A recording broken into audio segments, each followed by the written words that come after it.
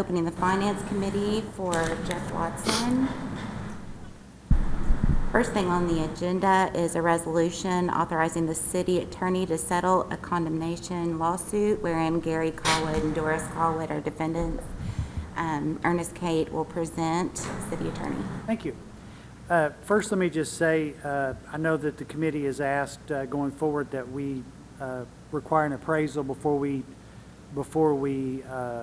entertain any offers to resolve these cases.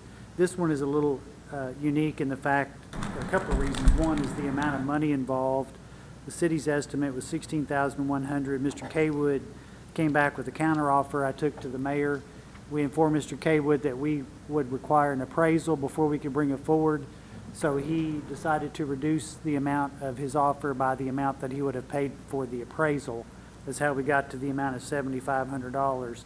And I put in the packet, it's on page 3 of the packet, showing the location of the drainage easement which transects his property. We did take a good look at that, and it would have been very costly to have moved that to another part of his property. So that's the reason why I wanted to make you aware why there's not an appraisal. So that the settlement request would be for an additional $7,500, which takes it from $16,100 to $23,600, additional $7,500, which quite honestly, by the time we paid for we went to trial and they got an appraisal, it would probably cost us more than that. Is this the last parcel? There is one more on 40th Street that's still outstanding. There's this one and one more.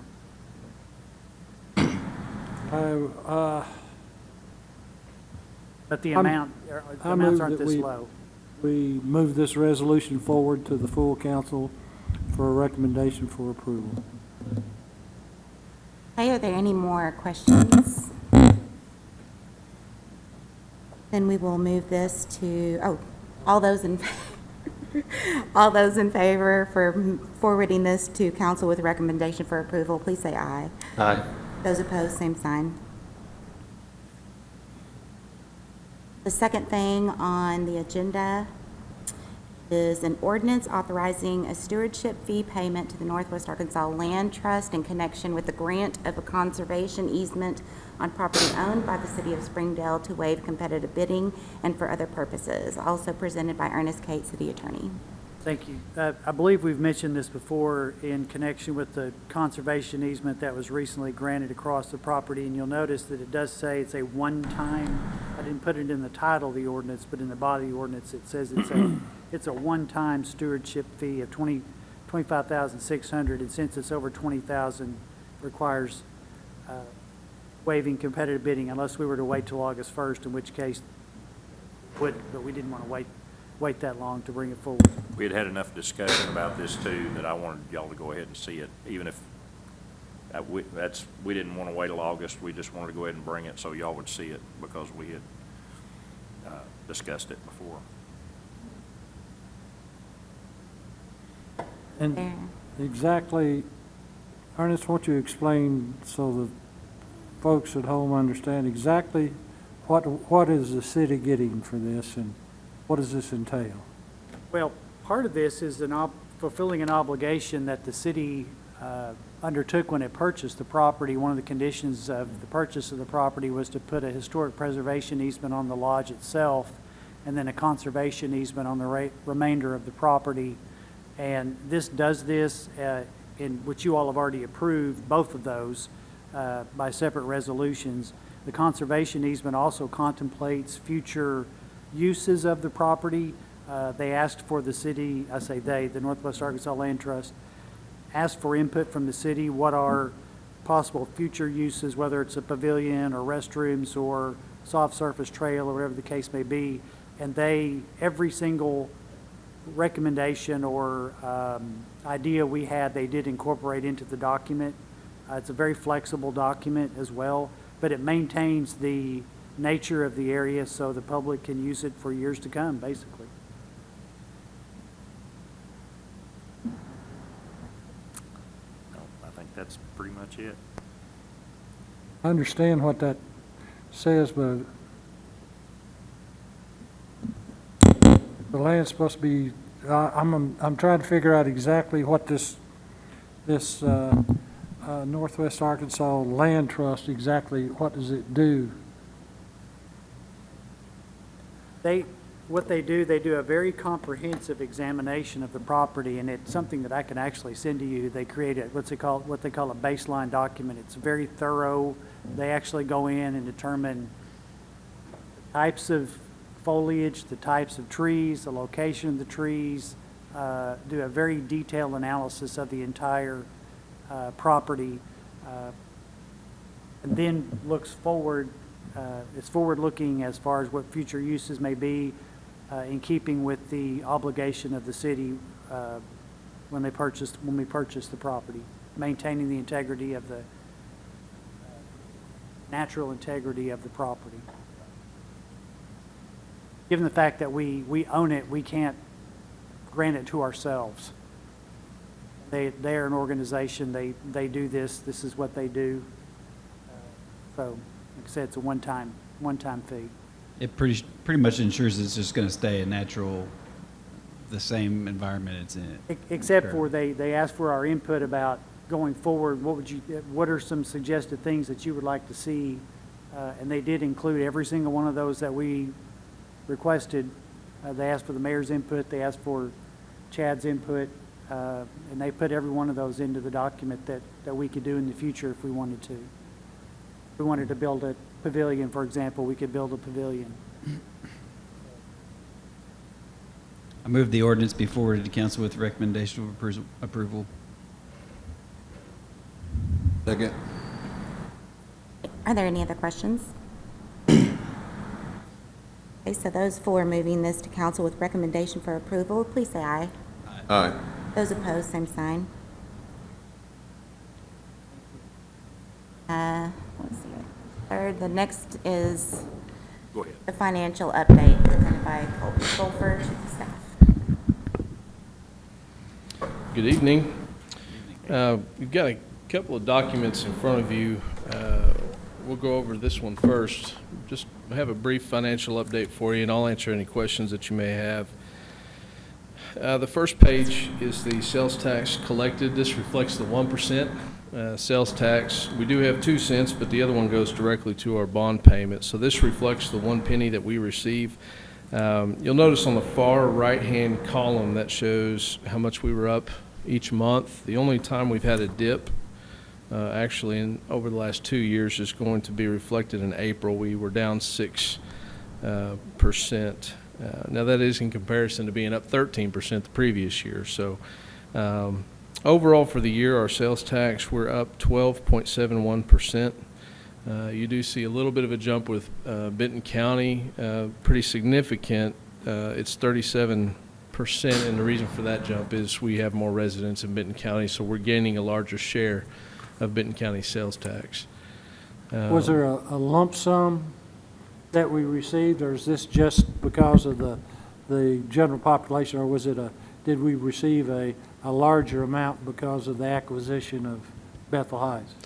Well, we'll get more monthly through state turnback, but this just reflects the sales tax that we got for that month in Benton County, or actually it's for the most recent 12 months and previous 12 months. So overall this year, we're up 37% in our Benton County sales tax. Is Bethel Heights, this may be another way to get to is Bethel Heights included in these numbers yet? Yes, they sure Yeah. are. Okay. Yep.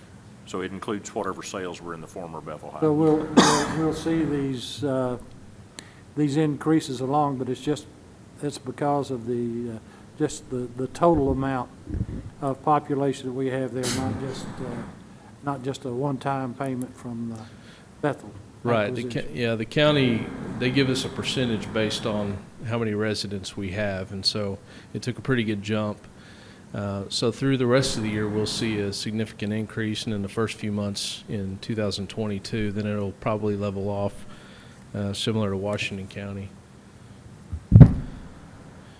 The next page in our revenue and expense summary, as we've said before on this, the most important number that you'll find on this in the middle column cumulative and year-to-date and the difference. If you'll go to the middle section, you'll see a number on the right-hand side, $2,574,307. That's going to be the biggest snapshot you can have on a revenue expense report. That tells you where we are year-to-date ahead of where we budgeted. So at this point, we're up over $2.5 million better than what we budgeted for the city. So that's a pretty good number for us. Is that because of a decrease in anticipated expenditures? Some of it. Here's an example. We maintained where we were in our travel budget, travel and training, but a lot of things haven't been open yet for our people to go do training. And so things like that. We also have open positions, salary savings that are in there. So we've actually, and part of it is due to the increase in our sales tax revenue as well. So you combine those two things, and that's how we get to that number. You know, This is this is as of May 31st. This is so- May 31st, yes. So it's not half the year yet. Yeah, we're just a few days out from having the revenue expense from the end of June, but I do have in these next documents that you have, these are more updated through the end of June. The first page, I know we've talked a lot about our general revenues. At the bottom of the page, you'll see the figure, it's $10,379,000. That is how much we have in our general fund that is undesignated. And that's, this past year, we decided that we were going to combine our CIP with our general fund. And I think the premise behind that is, you know, you have some things, a percentage of your sales tax revenue going to your CIP, but at the end of the day, you have to pay your bills before you set aside any money to do the other things that we'd like to do. We just want to make sure that those are covered, and it's an easier way for us to do accounting as well, and it simplifies it for us. So we have $10,379,000 in undesignated general funds. This does not include the $4 million that we have in emergency funds. That is completely different than this. Where's that reflected? That's not going to be on your general fund, which that's what this is reflected here. Okay. Then on the next page, you're also going to see the capital improvement or the capital projects fund. Until last year, there had been projects that we had appropriated funds to, and when we merged them, they were still appropriated, so we couldn't just shift those over to the general budget or to the general fund. So we still have, in the bottom right corner, you'll see $1.816 million. That's money that was designated through a percentage of our sales tax to go to CIP, but was left over.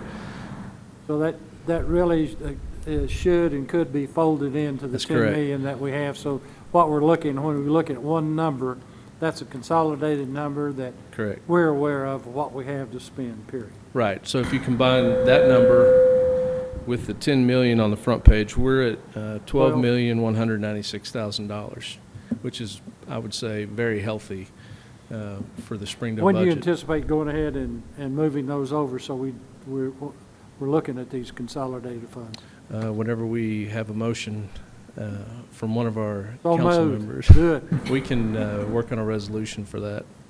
Yeah, because we need to do that, because it just needs to be clear, because that's always been the problem we've had in Yeah. the past. That way, when we're making these financial decisions, we know exactly what the bottom line is as far as what we have to expend. Yeah. We have received the money from the federal government for ARPA, or the rescue plan money. We are working on that daily. Where we're at right now is that Treasury, instead of giving us a final rule on how you can spend it, they've given us what they call an interim final rule. Which could change anytime. The problem is if we spend that money and they change the rules on us, we have to repay that out of our general fund. So we're being more cautious now than we did with the CARES Act funding and how we approach this. But we've been on conference calls almost daily with people who are in touch with the White House, with the Treasury, and we're getting a lot of help. We've already applied for some pretty significant grants, but we did receive over $10 million. There are some things that we are very confident we can use that money for that would be beneficial to us, and we'll be discussing that in the coming weeks with you. So that'll be coming down the pipeline. Is there any questions? What are the numbers in red on the first sheet? They don't, why are they in red?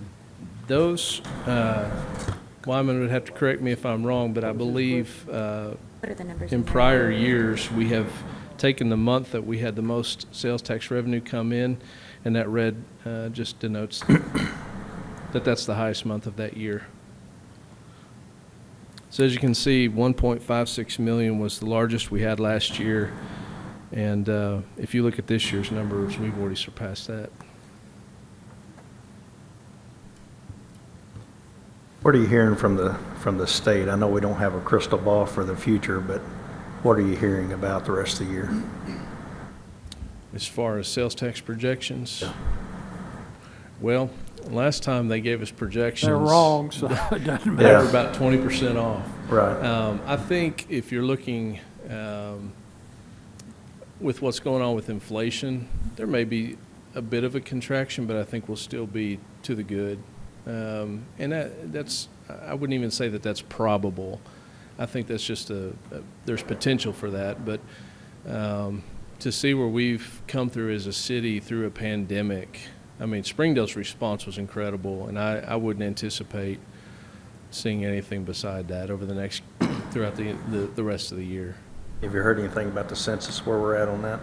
I believe the third week in August, we should be receiving our numbers from the federal government. Will they be the final numbers, or That will be the final. they haven't given you any preliminaries? No.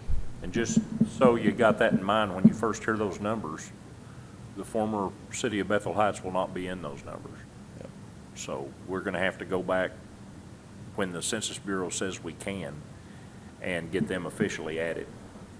But they won't be in the they won't be in these first numbers.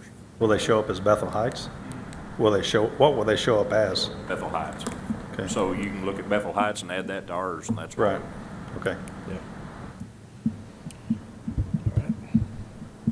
Thank you, Colby. And that concludes the Finance Committee. I'll turn it over to Brian. All right, I'm going to open up the Police and Fire Committee. We have one item tonight to look at, and it's a resolution authorizing payment of an invoice. And this is an invoice on our Motorola radio systems for our fire and police departments. And we should be getting close to the end of our payments on this. And so Wyman is here to talk us through this. The contract's been going for about 2 or 3 years now. It had a schedule of payments, a percentage of the total contract at different steps in the contract.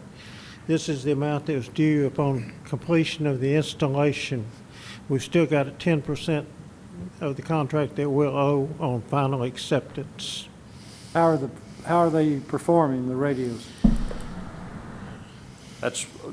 Brian, we didn't have to bring this. Brian and I discussed this because because y'all said just bring these to council from now on, when it's just because it's over $1 million. Yeah. But we thought it was a good opportunity, and we've got Lester here and also Jimmy. And we thought it might be a good opportunity for an update on how AWINS is working for us, and kind of to Mike's question.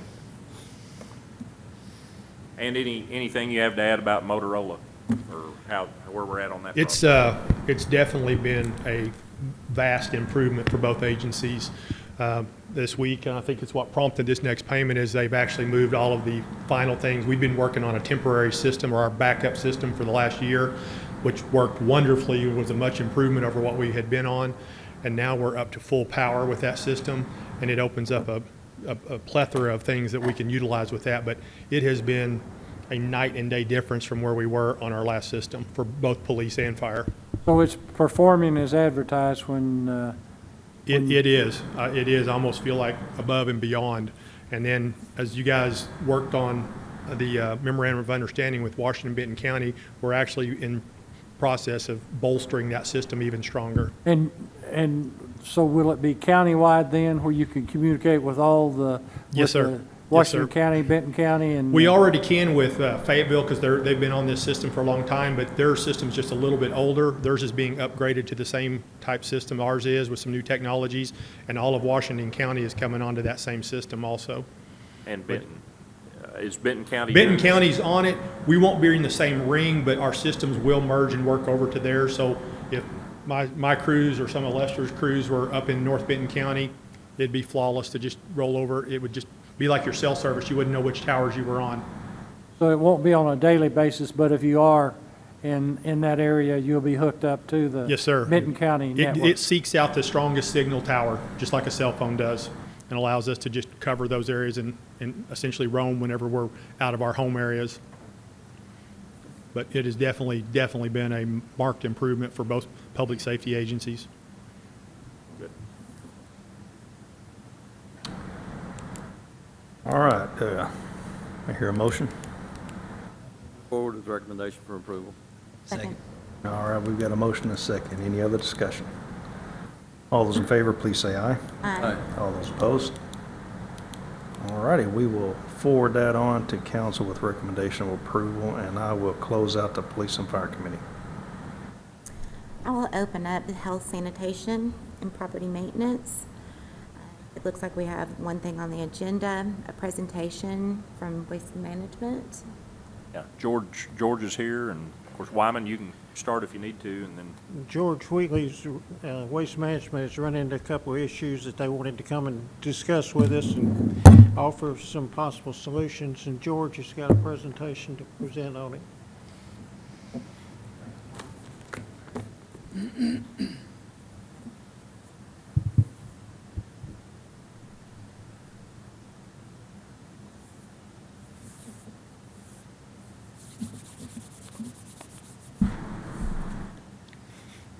hey, George, thank you. Good. Thank you. Thanks, sir.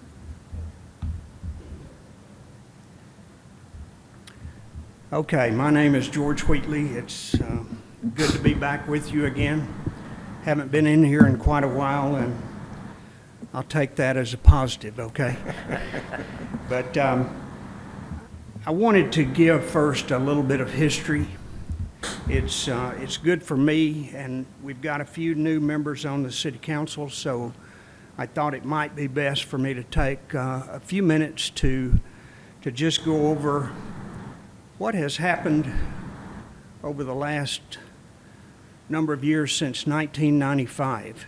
The original contract, and that was Sunray Services, was signed between the city and Sunray Services. Mayor McKinney was mayor at that time, and that was December the 12th of 1995. Things rocked along there for quite a while. In 1998, Sunray Services, USA Waste, and Waste Management merged together as one company, and we acquired the contract, we being Waste Management, and have had it ever since. There was an amendment in 2007. That was amendment number 1, and Mayor Van Hoos was in office at that time.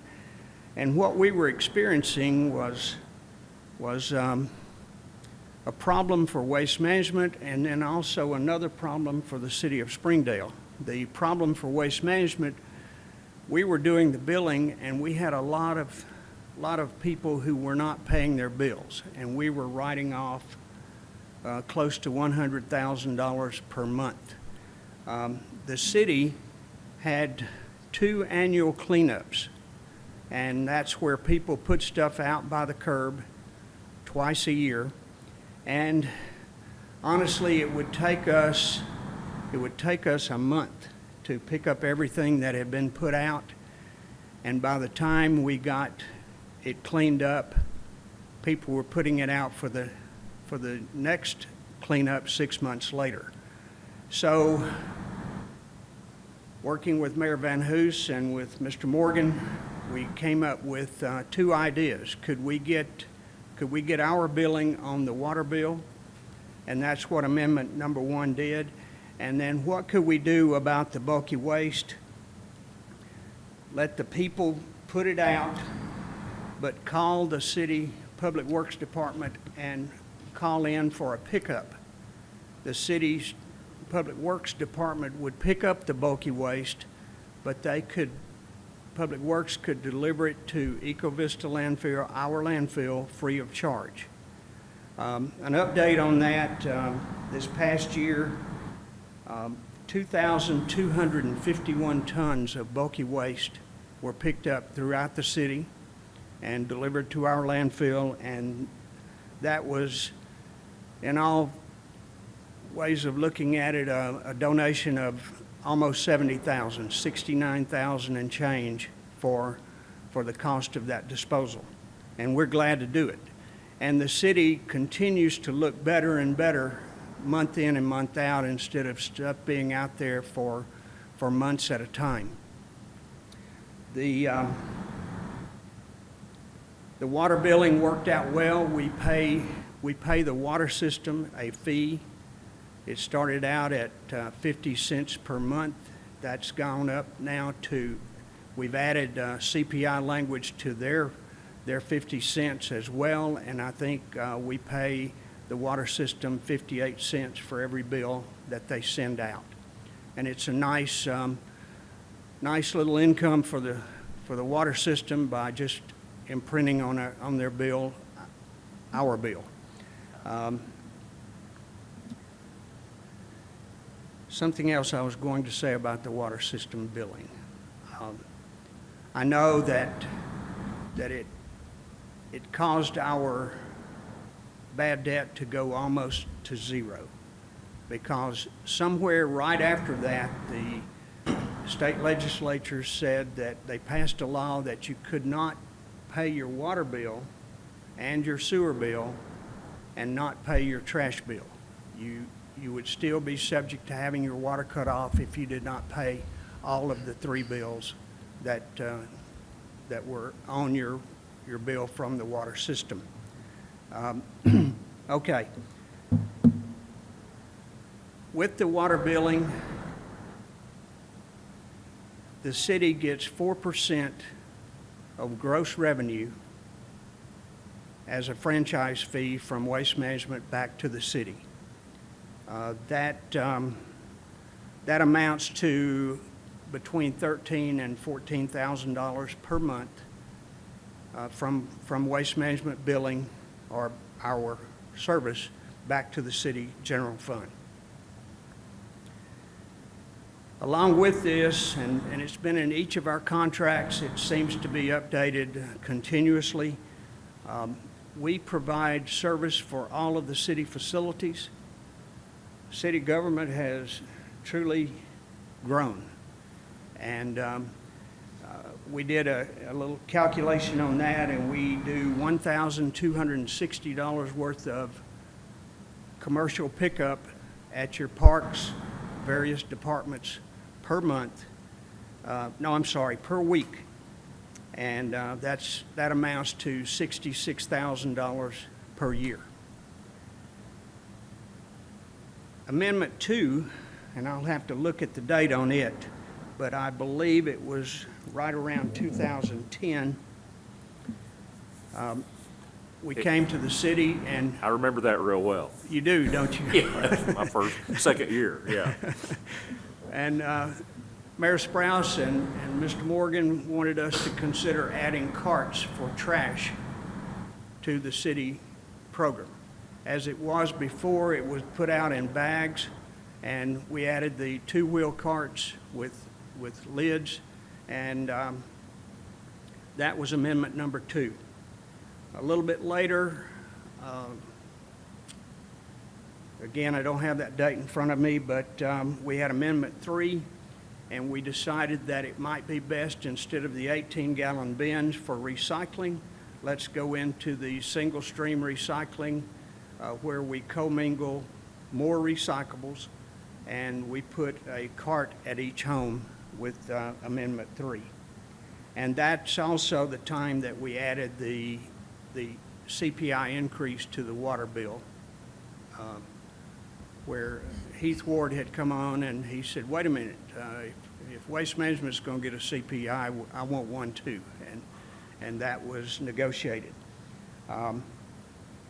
Amendment 4 came along a little bit later. The city had been approached by a local church who had a 96-gallon cart, and they were paying a commercial rate, and that language in our contract and the language in the city ordinance did not jive with one another, and Waste Management and the city agreed that we would amend the contract to get the ordinance and the contract to be copacetic with one another. And so businesses were given a residential business rate for having a 96-gallon cart. And these are small businesses that don't need Right. much trash service. Little confession, we thought we had gotten it all squared away, and that was in 2015, and it got to about 4 to 5 years later, we found out that we had overbilled, I can't remember if it was 60 or 70 customers, but we refunded $88,000 to those various customers because it was the right thing to do, and it was one of those things that commercial billing and residential billing in our company are two different groups, and one group got the message and the other group did not, and George gets to go and speak to all of the upset customers, but we were their bank account without them knowing it, and they had a little bit of a savings. I shouldn't say bank account. We were their savings account. Well, we appreciated that. I know that wasn't an easy time, but you handled it real well, and Waste Management did the right thing, like you said. Well, I don't have gray hair by accident, Mayor. That added to it. Then the last amendment was Amendment number 5. I get tickled at Wyman Morgan, but Wyman will call me up and say, I've thought of something. And we've got people who are putting out yard waste, and maybe they work on the weekend, and their yard waste day is Friday. Mm-hmm. Well, it stays out in front of their house all week long. And he said, would you consider picking up all of the yard waste on Monday? And we moved through the amendment to make that happen.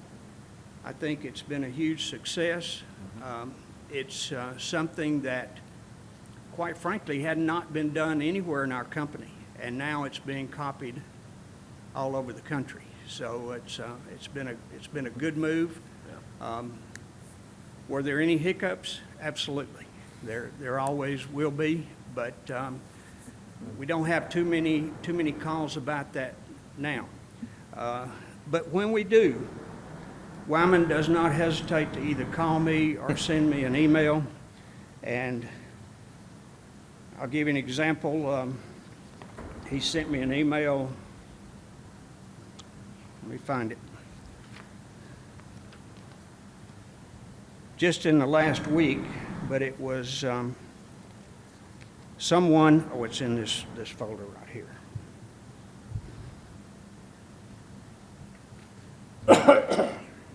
It was back in October, of last year. Time flies.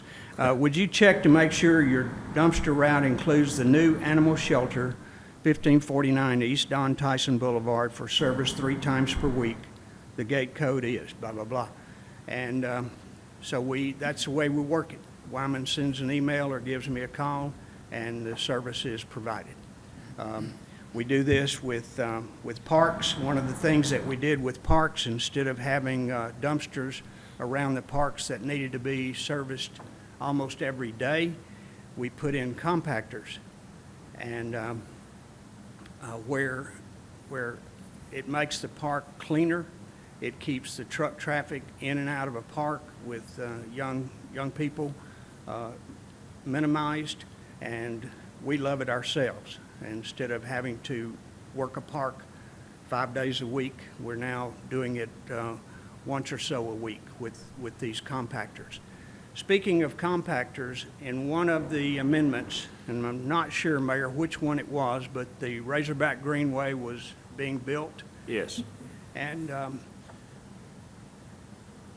Wyman and the mayor asked me, what can you do to help us with trash on the Springdale portion of the Razorback Greenway? And in that amendment, and it was 3 or 4, we donated Probably 3. 15 solar-powered compactors. You're the only city, those are the only solar-powered compactors that are up and down the Razorback Greenway. But what this is, it's a trash can that's solar-powered, but as it fills, it sends a signal to itself to turn on the packer, and it's like a packer in your kitchen, trash compactor. It packs the trash. And it will also send a signal back, wireless signal over the internet back saying it's time for me to be serviced. And you have them out in the Shallow Square. Shallow Square. Thank you for saying that. Most of all the trailheads, probably. And Yeah. up and down the trailheads. I felt like I was going to really be in the solar compactor business because I figured that the other cities would want to follow suit, but and Mayor, if you want to brag on it to the other cities and put a little pressure on them, that would be fine. Okay, with that said, we do green bag service for yard waste.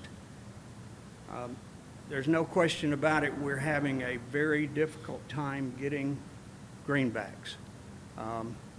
It's either the cost of the material to make the green bags just fluctuates, and it's a resin. It fluctuates up and down so often and so wildly that people continue to put us off on trying to get those bags to us. So those bags are different material than the yellow bags? Cuttings, grass cuttings. Because they degrade? Well, we have the same problem with the yellow bag. Okay. Yes, sir. Yes, sir. Okay. And I just mentioned the green bags first, but Okay.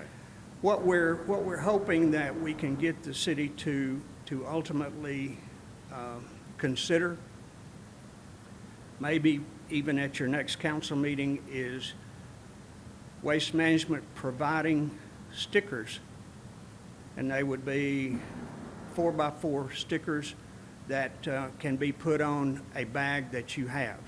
Now, you may have maybe a Walmart bag where you've had your groceries. It may be a yard waste bag that you've bought at local store.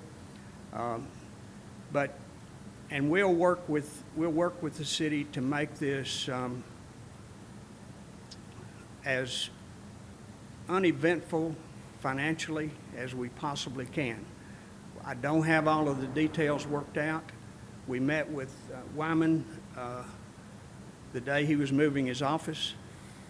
That was an interesting meeting, by the way. We met all over the place before we finished, because every time we got started in a meeting in a certain area, they started moving furniture into that area. But that's something that we would like the city to consider, and I would open it now for any questions or reaction you might have about that. George, would Mr. Overton. your charge be comparable to what the charge is for the green bags, for the Well, stickers? Or have no. you thought it, At first, we said yes, and now we say, well, maybe we don't need to do that. And there are a couple of ways that we see that this can be easier on the people and even ultimately less expensive, because now, instead of buying a bag from us, if they don't have a bag that they've gotten with groceries or products, then they're going to have to buy a bag somewhere and then put their stuff in it and put a sticker on it. so you'd have like rolls of stickers to give to a customer, and then they could put a sticker on a bag and pick it up, Right. but So you could go to Sam's well, I shouldn't advertise Wherever. places, but you could go someplace and buy a big bag, a big box of bags, But my, Yeah. yeah, put a sticker on. my question is if they would buy a roll of stickers, it would be comparable or less than Yes. what a box of bags, which you can't get now. Yes, sir. That's, and it's just. So a it would make it easier on the citizens and on waste management, because you keep getting complaints about, where's my green bags and why aren't you picking up my grass clippings? Yes, sir.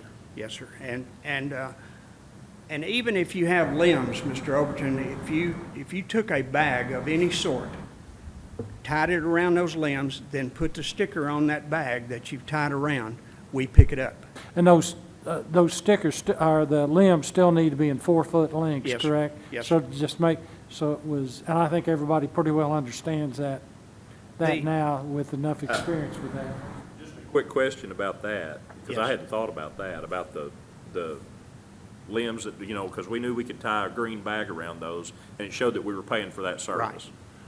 But if we've got a sticker, it could, if there's any way to attach the sticker to that bundle of limbs, we shouldn't have to use our own bag. Exactly. right? If we see the sticker, we know that. The sticker takes the place of a green bag. Yeah.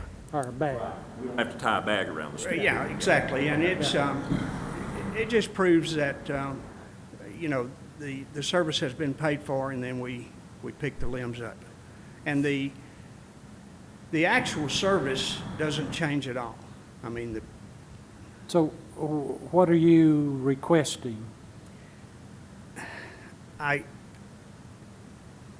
wish that I knew exactly what I'm going to request, but I want to say, let me come back before this week is over with an exact cost. One of the things that we're looking at is that we can mail these stickers to an address. We're setting up, I have a thing here called, we're setting up wmbags.com. And that's, somebody can just send an email to wmbags.com and say, I need 5 stickers. And you don't have to buy a roll of 30 or anything like that. Would it be easier for you to come back to us at our next committee meeting, giving us your full proposal, that by that time you'd have a chance to figure out exactly how you want to approach it, so that we're not going piecemeal with moving forward at the next council meeting, then have to revise it later? Maybe if you had a chance to get Yes. get your numbers together. That'd be 2 weeks, George, I Yes, think. sir. And that would give you time to, Yeah, and our push is not, oh my goodness, we've just got to get this done. Our push is, we're going to run out of bag stock. Understand. And that's what's ramping up the timetable on this. But yes, to answer your question, we can do that.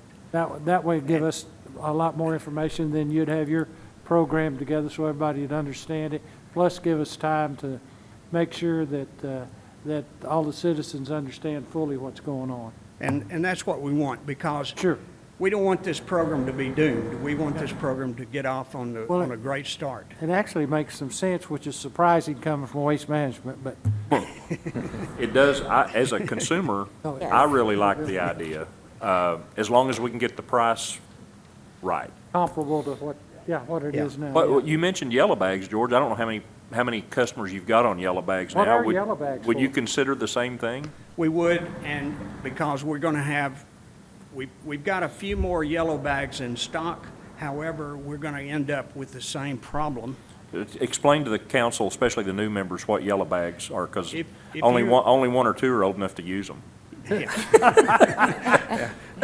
That's- If you are a certain age, you're in our contract deemed a senior citizen qualification.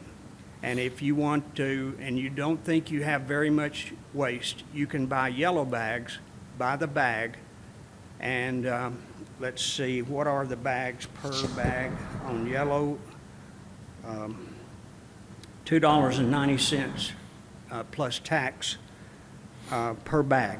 And someone could say, I only have 2 bags a month. Well, they've paid $5.80 Right. plus tax. And they don't have the cart. They don't have a cart.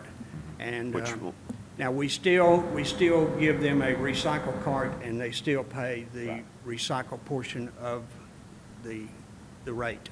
But for the trash customers, that's the yellow bag program for senior citizens.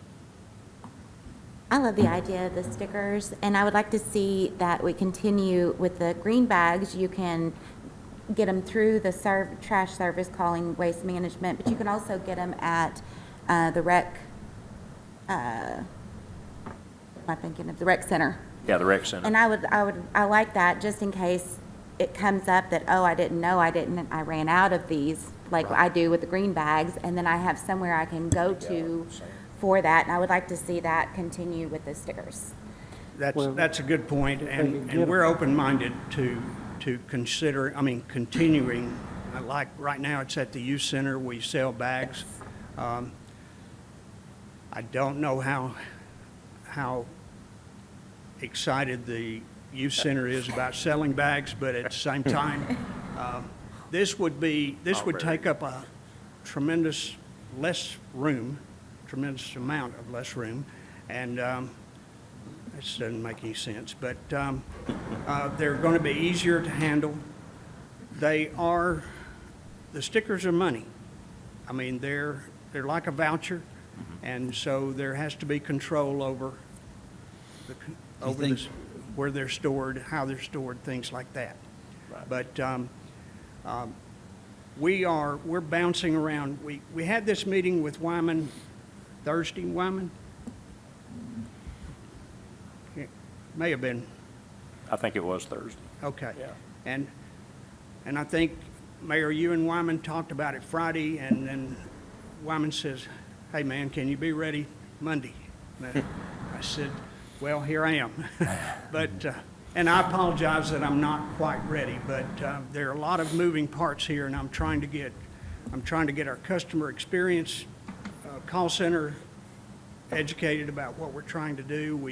We have made a little bit of headway, and we've got the printing pretty well lined out.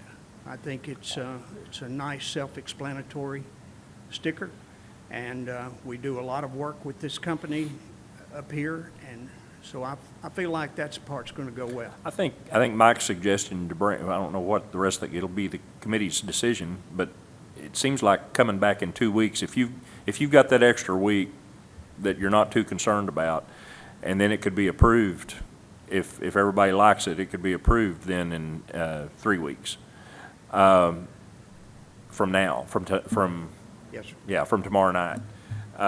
That'd give you time to get your numbers all figured out and let us Yes, sir. work with you and make sure how we're proceeding here. And I will, and I appreciate that. There's always trade-offs in situations like this. I'll probably offer up some sort of a trade-off, and we will probably try to make the bag service more and more affordable. Not that you're having to drive anywhere if you don't have to. Not that you have to actually even call anywhere. You can just send an email. But I know I thought I left in plenty of time to get across town to get to this meeting today, and whew, driving around up here is. Yeah. I think about the gentleman from the Rogers Chamber of Commerce. I was on a state chamber call with him, and they said, how are things going? And he said, well, I gauge it by how many times I sat through a red light. So that tells you about the growth of Northwest Arkansas. Last thing I'll say, I go back a long way with the city. This is my 25th year with Waste Management. I go way back with a guy named Wyman Morgan. I asked Wyman in 2017, the end of 17, we were bidding a contract down in Central Arkansas, and I said, Wyman, can you write me a letter of recommendation that I can submit with our bid. And pardon me as I read it, it's very short, but this is from Wyman. To whom it may concern, I have worked with George Wheatley in Waste Management for 17 years, representing the city of Springdale. We have successfully negotiated 3 contract amendments, and each one improves service to residents tremendously. They are always willing to assist in solving any problems that may occur. I highly recommend them for municipal garbage collection service. Then the main thing, P.S., thank you for putting my initials on the side of your trucks. That's good. Wyman Morgan. Yeah, that's Wyman. But That's good. he's a pleasure to work with. And do any of you have any other questions? I do. Yes, please. The stickers, I thought about weatherproof. I know that a lot of times our limb bags will sit out in all kinds of weather. Right. And I just was hoping that maybe that is something that has Yes, been thought of. there'll be a glossy material with good stickum on it. And if we've had an infamous Northwest Arkansas rain and windstorm, we'll get the yard waste, okay? And If we'll- somehow if the bag's still there and the sticker's not, we'll get the yard waste. Will we be helping to market this once it's been approved, or is that something that Yeah, Waste Management will do? we'll put out through everything on Anna? our, go ahead, Wyman. You got it.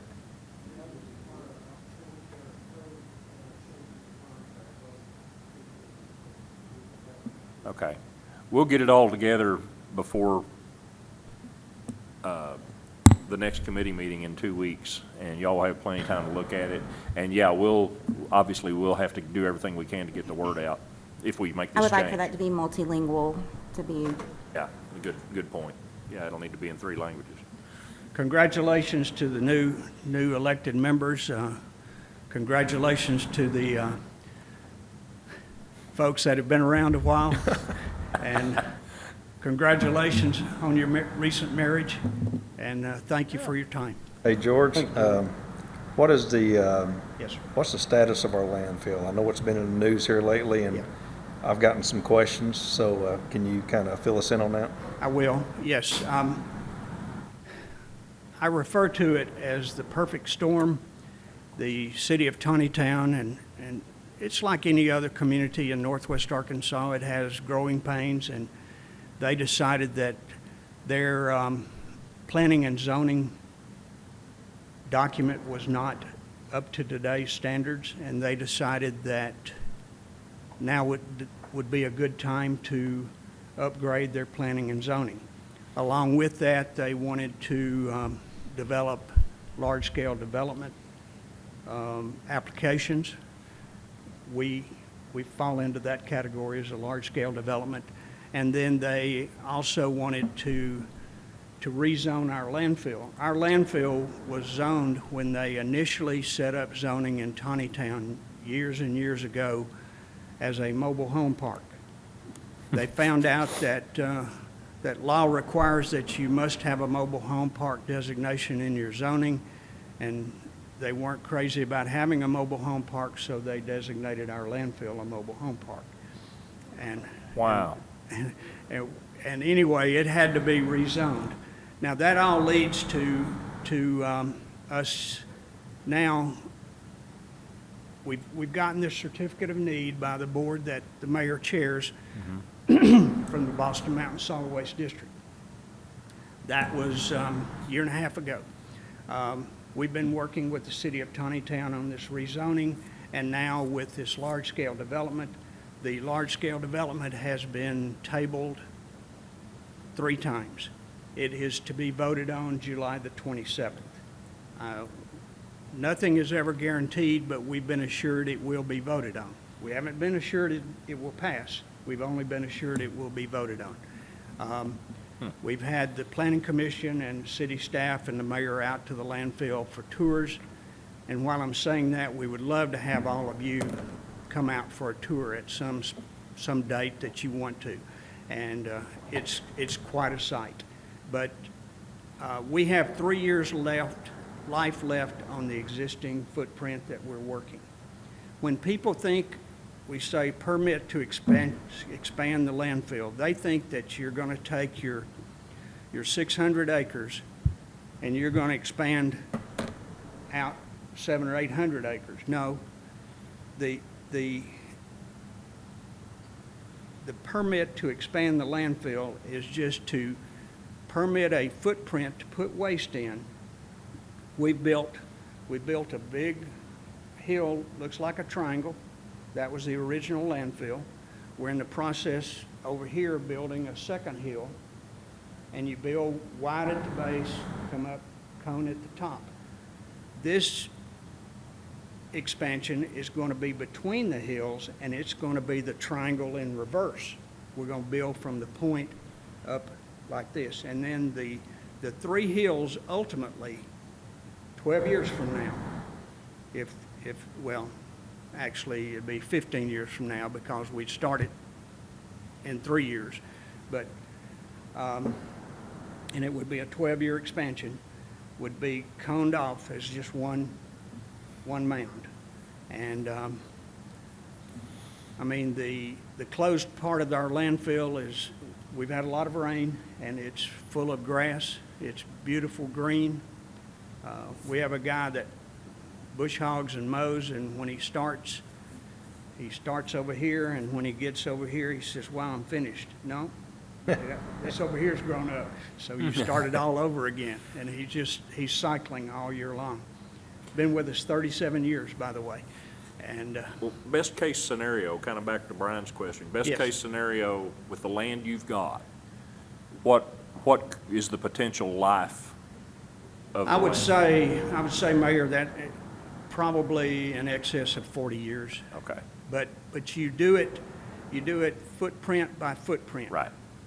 And we had a larger footprint that was in our request for expansion.